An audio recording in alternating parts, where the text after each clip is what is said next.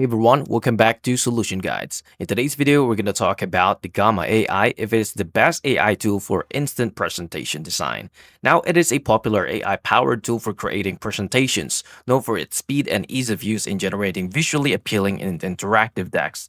It excels at crafting polished presentations quickly, making it a strong choice for busy professionals and teams. However, it has a limitations in offline use, PPTX exports, and some customization options. But it is a powerful tool for generating presentations quickly and easily, especially for those who valued speed, values appeal, and collaboration. However, users should be aware of its limitation regarding offline access, PPTX exports, and the customization option. If these limitations are deal breakers, exploring alternatives like Magic Slides, Beautiful AI, or Auto PPT might be the beneficial. And that's it. If you find this video helpful, please like and subscribe, and I'll see you into the next one. Thank you for watching.